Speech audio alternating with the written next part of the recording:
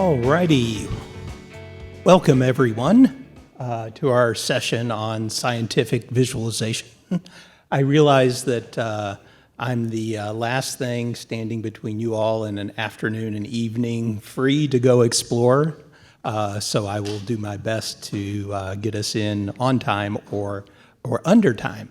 I don't know if everyone saw this, but there are some a couple things you can download, the set of slides, as well as some of the data sets. And while it's not mandatory, if you want to play along with some of the demos, download ParaView for your system, or if you already have ParaView, if you have an older version, it should be fine.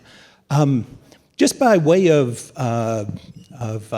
getting to know, is there anyone in here who regularly does visualization? And if you do, what do you use and how do you use it? Just a couple of in the back there, Tina. I'm sorry? Oh, phylogenetic trees. Okay, so very specific type of visualization, or something we might actually call like InfoVis. Good. Others? Yes. Heat maps. Heat maps for what kind of data?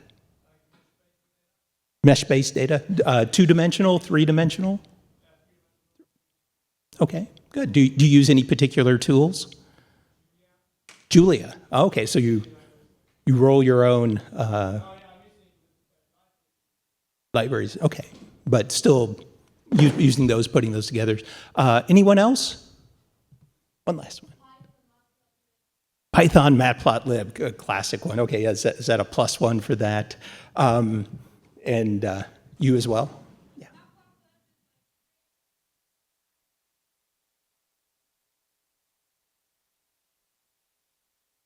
Okay, well, good. These are all great examples. And one of the things I think I'll say at the very end is, again, what is the best visualization tool to use? And it's basically probably the one that you're already using, the one that your colleagues are using. So I take a very pragmatic approach to that. I am actually, as we'll talk about, we're going to focus on scientific visualization. So I use more of a strict definition of that, and so I hope that doesn't turn people off. I hope you'll learn some things, even if you are doing more of a InfoVis, if you're looking at phylogenetic trees or heat maps, which sometimes heat maps are a good example of SciVis. If the mesh is based on a physical simulation, then it has a very natural layout, whereas, say, something like a phylogenetic tree can be represented in a number of different ways there. So I'm trying to bring 27 years of experience doing this, and we teach a course for the last 7 years. That's a semester-long course, so I hope I've done a decent job of sort of condensing this down, but don't be surprised if I skip over some stuff and just refer you to the slides to fill in the gaps. Also, I hope this is okay with the way we're doing this with Zoom and jumping back and forth between things. I think it'll work out better, even though there's some wasted screen real estate.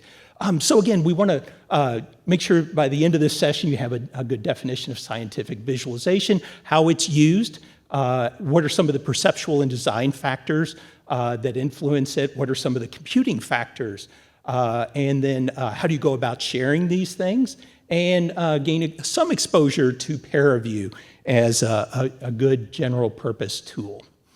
So these are the sections that we're going to attempt to go through. And I'm going to try to make sure we have a little gap in the middle there for you to take a break.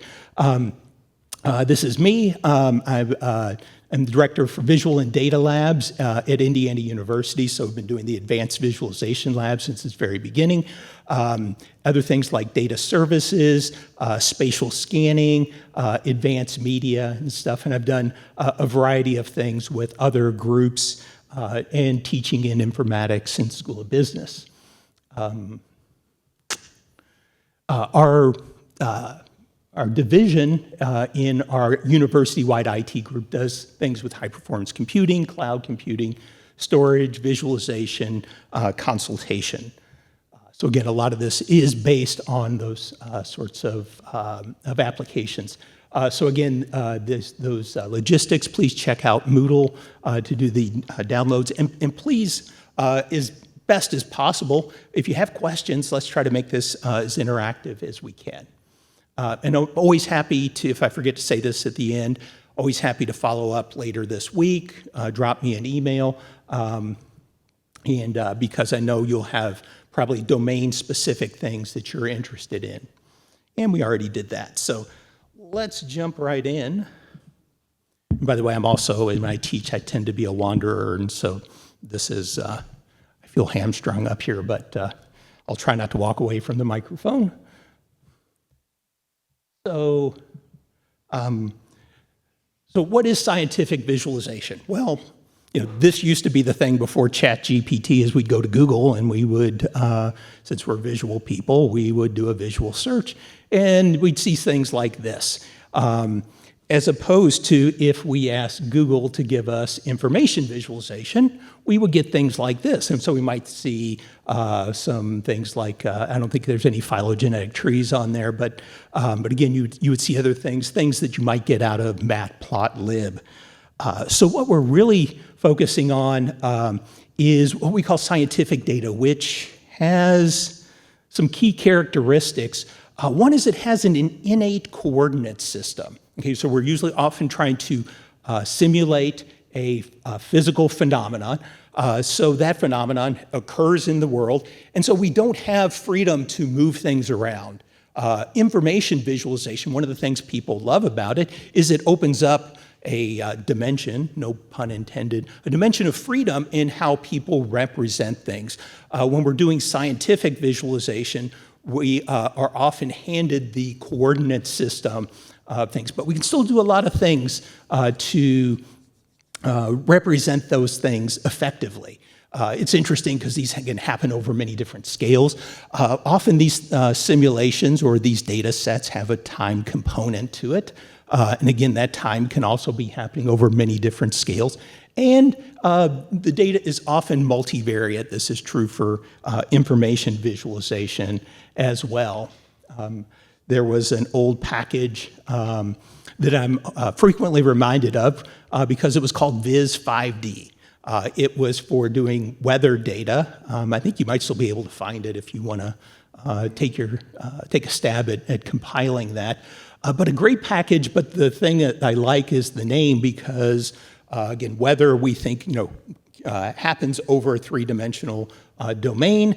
Then it carries out over time. And then we're looking at things like temperature, pressure, humidity, and things. So that gives us a nice, simple model for thinking of all of the dimensions that might go into a scientific data set. Some of you have probably already seen these, but what is the value of visualization? Well, in 1973, a statistician said, here's 4 different data sets with 11 points. And of course, we can run statistical methods on those, and it turns out that all of those have the same mean, the same variance, same linear regression line, et cetera. However, when you plot them, you get something very different. So the moral of the story here, a picture is worth 1,000 words, but it's not just the picture by itself, it's the picture with those statistical analyses. The two together are going to be much, much stronger.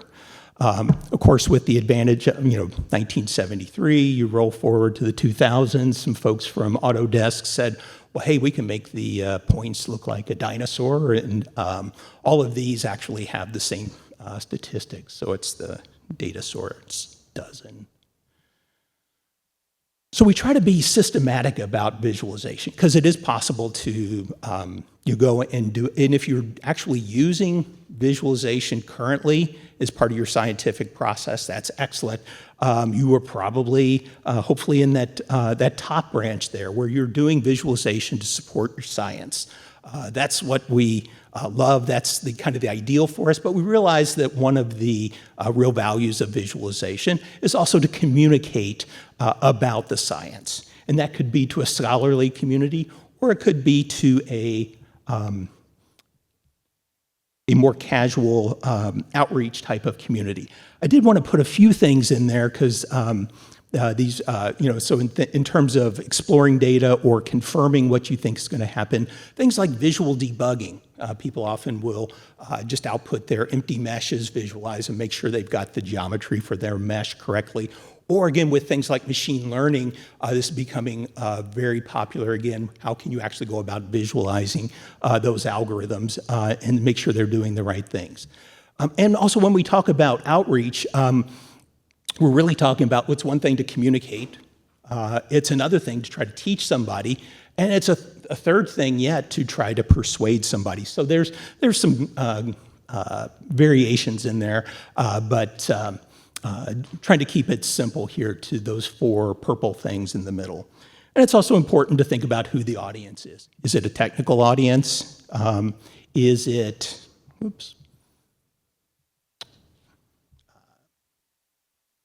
or is it a more casual audience? So again, you'll hear me referring back to who's the audience, who's the goal, or what is the goal?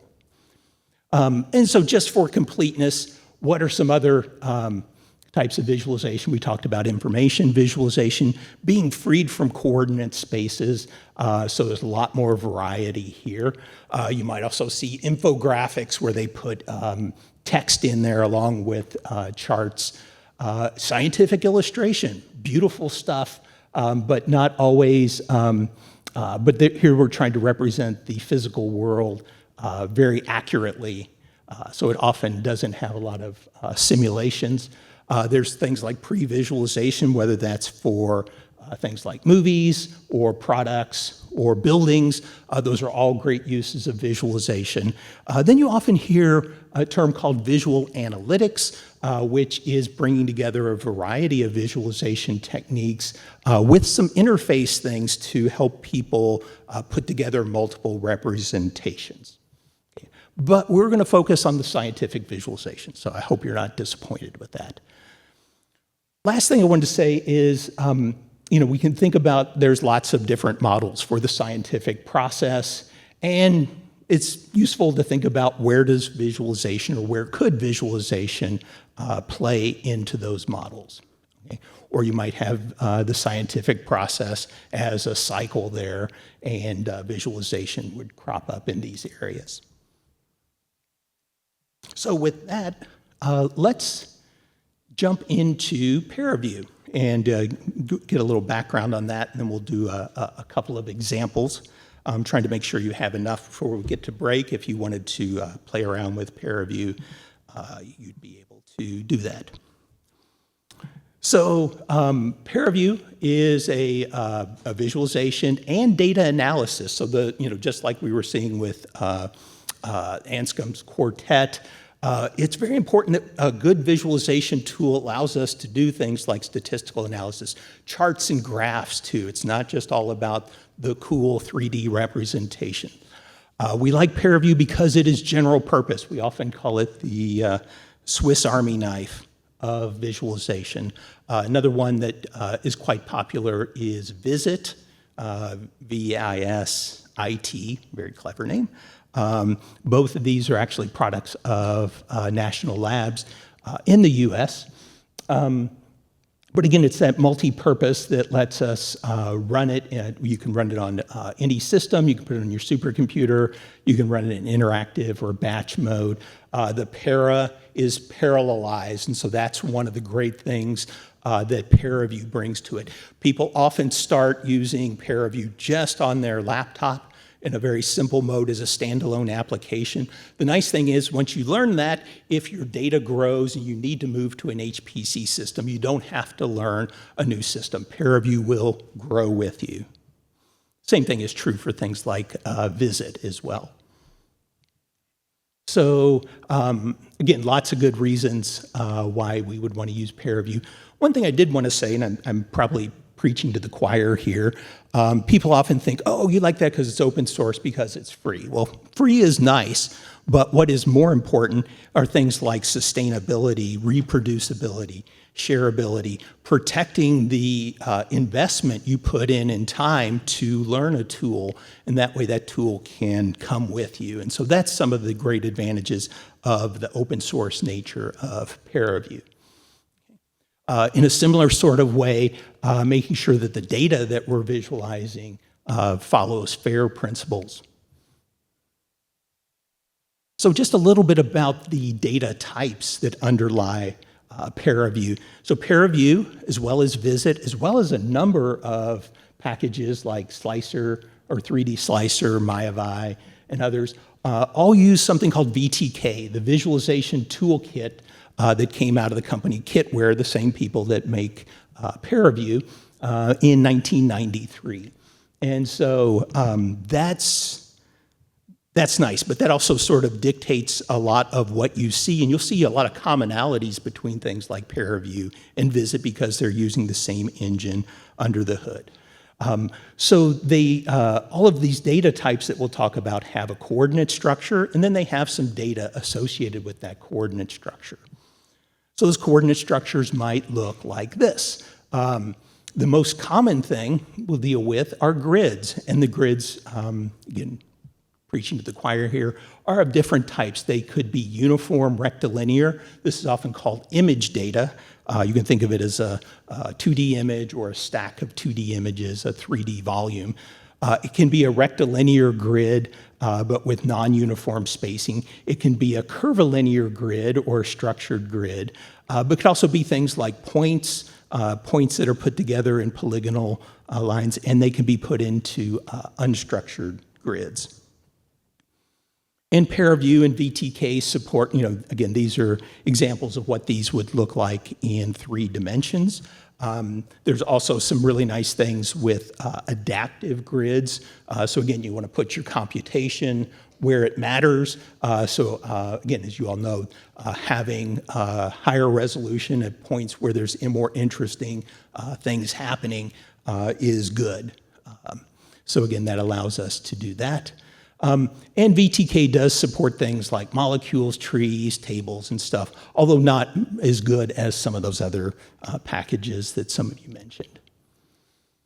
It's also useful to pay attention to things about the grid. For example, obviously you know the difference between the vertex and the actual cell itself, but it's important to know where is the data. Is the data actually associated with the cell? As we have on the left there, or is it associated with the vertices? Because that can give us some different results.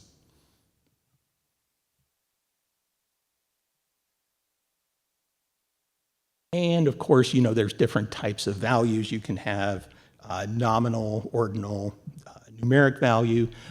More applicable to us are things like scalar, vector, and tensor, where we have a single value, or something like magnitude and direction, or tensor, which is a coordinate frame. And then finally, peer review can have file formats that have multiple time steps embedded into a single file, or more often, we actually get a separate file for each time step in our simulation. And then finally, our friends at Boston University, they've had this up here for 15 years, but it's still great. They've gone through and kind of systematically shown you what are all the different representation or the most common representations that we can get. So if we have a volume of scalar data, we can, of course, slice through that in one or multiple directions. We can clip things out. We can clip things in. We can find regions of interest. We can do what we call isosurfaces. This is a very common technique where we're familiar with this notion, say, looking at a map. A contour line on a map shows us areas that have a common elevation. In the same way, these can show us things of value inside or outside that ISO value. We can mix that with other things. We can apply different color maps there, but those are all different representations of that ISO value. We can take, if we've got data at each of these cell points, we can apply what we call glyphs. We can put little representations here. We can do all the points. You can see that gets us to some visual effects, some undesirable moire patterns. So you can do something like random sampling often works better.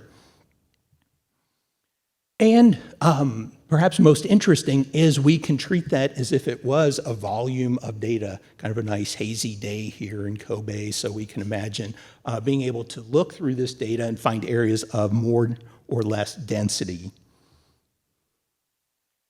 If we have vector data at each of those points, then we can do things, what we call often a hedgehog. We can put a little glyph there that has an arrow, and we can, again, have some issues of sampling. You can see we're mixing this with other types of representations. We can advect particles through that space, okay, that vector, so we can have virtual particles. We drop them in there, we do a little differentiation, or actually ask ParaView to do it, and it shows us how a particle might travel through that vector field. And of course, there might be things like twist that we want to look at, so instead of just seeing lines or tubes, we actually want to do a ribbon. So again, you might think of, again, you're starting with your gridded data. If you have scalar data, you have some representations that are useful. And if you have vector data, you have some other set. And often you have both types of data, and so you're mixing them together. Yes, question?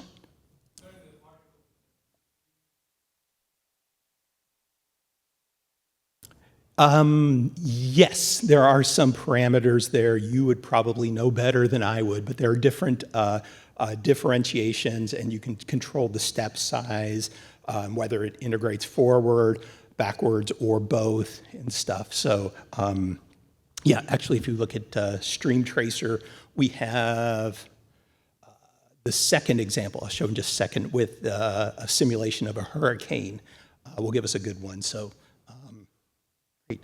And actually, if you would remind us and report back if you think it's got everything covered. Okay. So let's see, that covered everything there.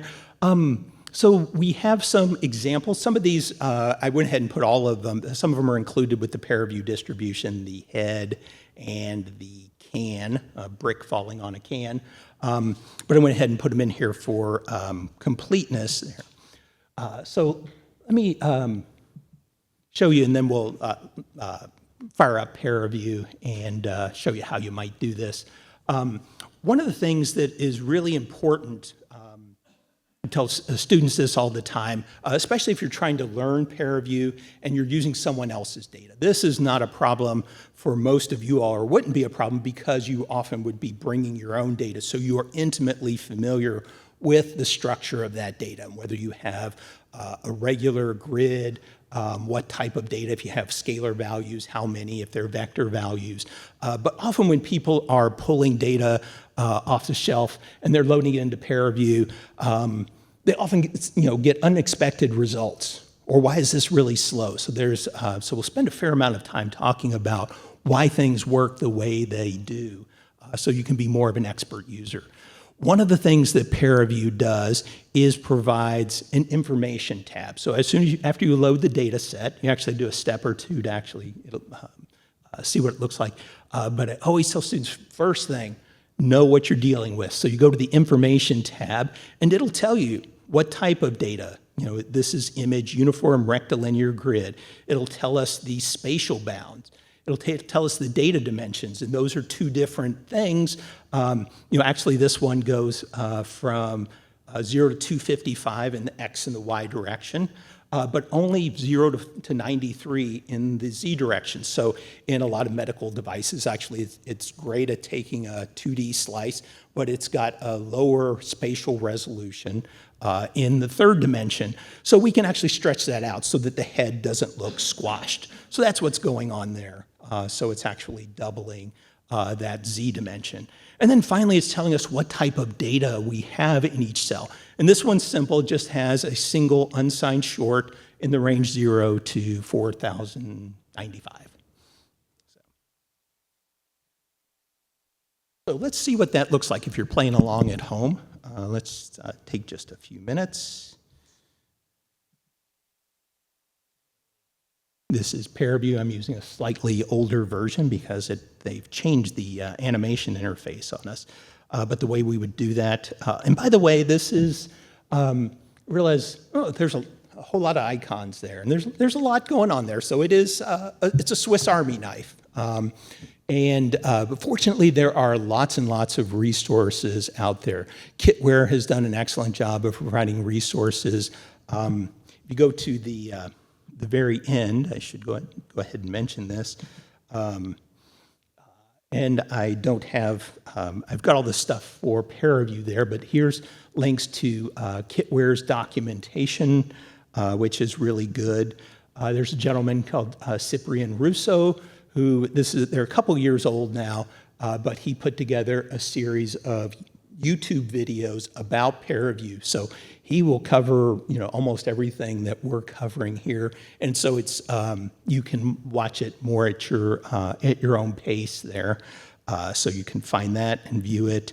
Sandia National Labs put a couple tutorials together, some that are self-directed, some that work better in a classroom. And our friends at Cornell, they create something called the Cornell Virtual Workshop. Some of you may have done this for HPC resources. In the US, they make fairly simplified but very effective tutorials on how to do various things, how to use various tools, and they have a couple of tools, a couple of these workshops on peer review. Okay, so keep in mind that while I'll go very quickly, you'll be able to find a lot of this information elsewhere. So again, I will start by loading a data set. Go File, Open. Actually, I will go Examples and head sequence.vti. And so again, it pops it up. It gives me an outline view. Again, the first thing I want to do is, what is this thing? By the way, if you don't see any kind of box there or anything, then it may have failed. So it'll pop up error messages for you. But this gives me some information about what this thing is. And then I can then choose how to actually go about displaying it. And there is a display tab. Mine looks a little different than yours because I'll show you how to set this. I like to break out the properties of each of these things called a filter, from the information, from the way it's displayed, and then view is a global representation. So if we load multiple data sets together in the same space and we say we want to turn on something like ray tracing, we can do that once for the entire scene. Or set the background color is an obvious example of something that would happen once per view. Okay? But I can see what it is here, and I can change the representation. Instead of being an outline, it gives me all of the valid things. Another nice thing about peer review is it's only going to let you do things that make sense for that type of data.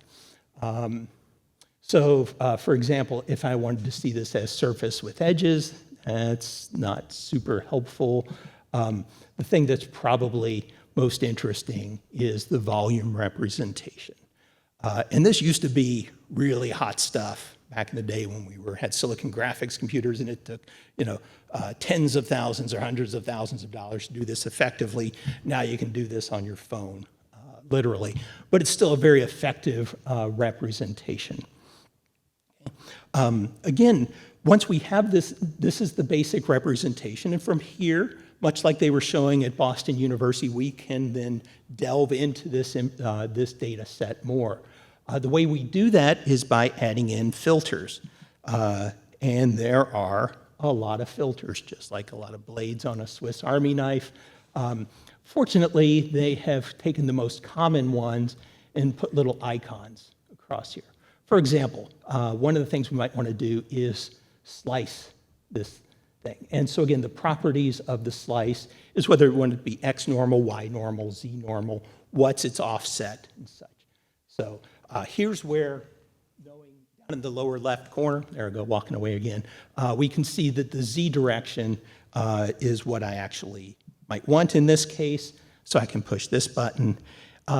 Notice that the volume is kind of getting in the way, so the little eyeball is a great way to turn off any of these. So now I'm just left with the slice. Okay. And so again, we can slice through this data set.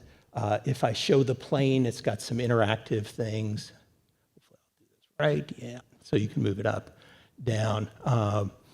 You know, you can cut through it at all kinds of angles.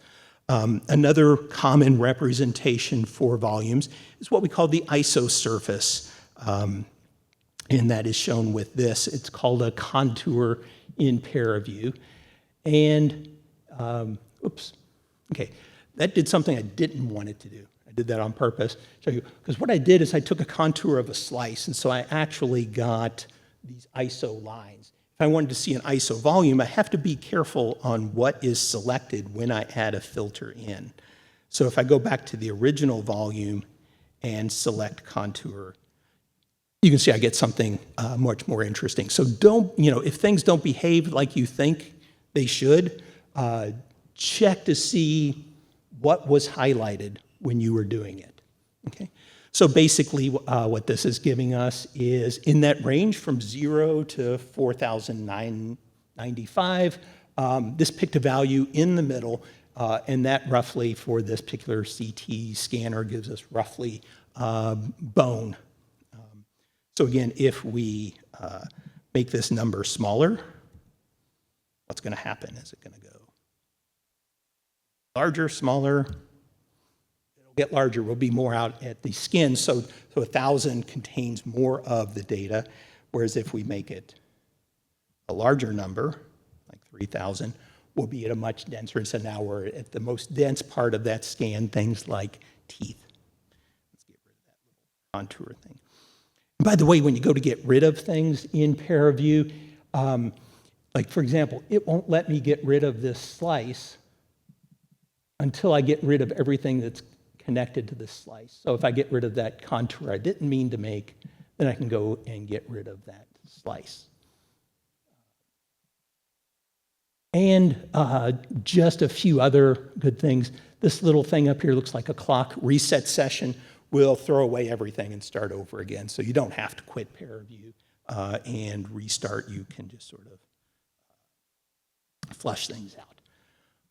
But that's it in a nutshell.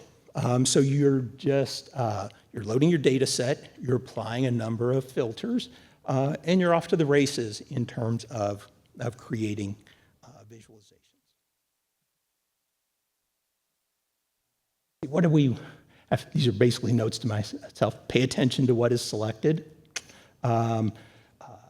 Changing, we'll come back to color maps and such, but again, they use this particular example in some of the online tutorials as well. Let's look at one more and then we'll jump back to the notes. We won't do all these examples at once. This is a simulation of a single time step of simulation from Hurricane Katrina. Okay, so again, we go and we load it up, and the first thing is like, wow, this looks a lot like the head data set. Obviously, it would be a much different scale.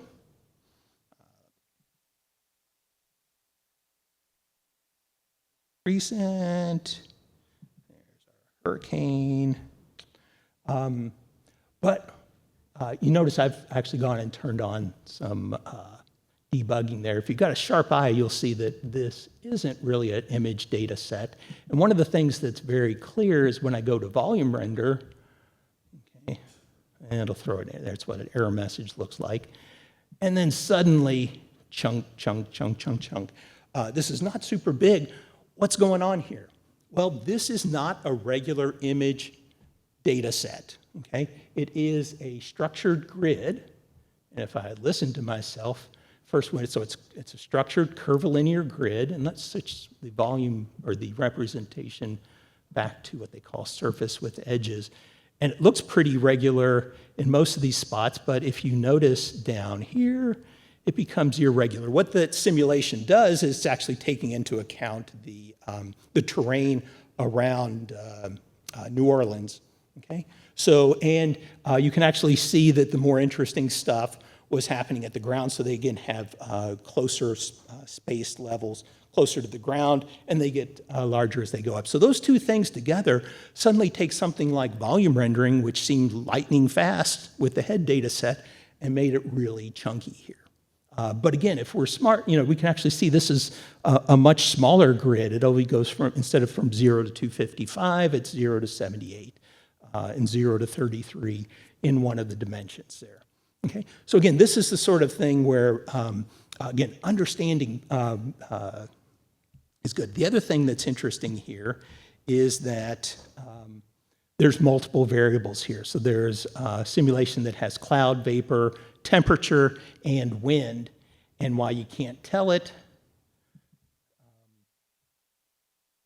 you got to do something like this. And you say, wind actually is a vector because it actually has 3 components there. Wish there was an easier way to do that other than dragging it all the way out, but you get the idea. Okay. So there are some things we can do if volume rendering is what we want, but things like contours work very well with this, especially if we can get the contours that, by the way, look for these buttons to double or have something. It's often a nice way to scout through things, especially when they are very unintuitive numbers. If you're 0 to 4,000, that's easy for us to double or have, but not so intuitive. So again, as we make the number smaller, we're making the isosurface larger. We're including more points there.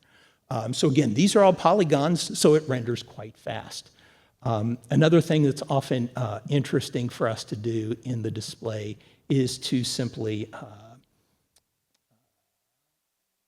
where is it? Data axis grid. And by the way, you notice there's a couple of things. I call this the gear. They call it the advanced properties. You can go simple or advanced, but then you got to scroll to find things.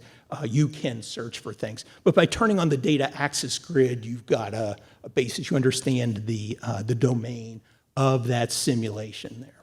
Okay. And the last thing I wanted to show you with the hurricane is that we can then add in, you need to go back to the original thing because the contour doesn't have, and you can see here's the stream tracer. Notice down in the lower right there, if zoom is not, some of these things take some time to compute. So the properties of my stream tracer, so here we go with all of the, here's the integration parameters. We go forward, backward, Runge Kuta 4-5. You probably, hopefully you know what that is. The cell, so here's the parameters that we can feed into that integration process. And again, we can control things. Thing that's taking the most time is that it's doing a lot of streamlines. And that might be what we want, but for purposes of keeping this interactive, we might want to take this and we can move this around, and we can see that it will sort of recompute this, again, advecting these streamlines through the space. And again, obviously there's a lot more things that can be said about this, but in the interest of time, we've done some vector visualization. Questions there?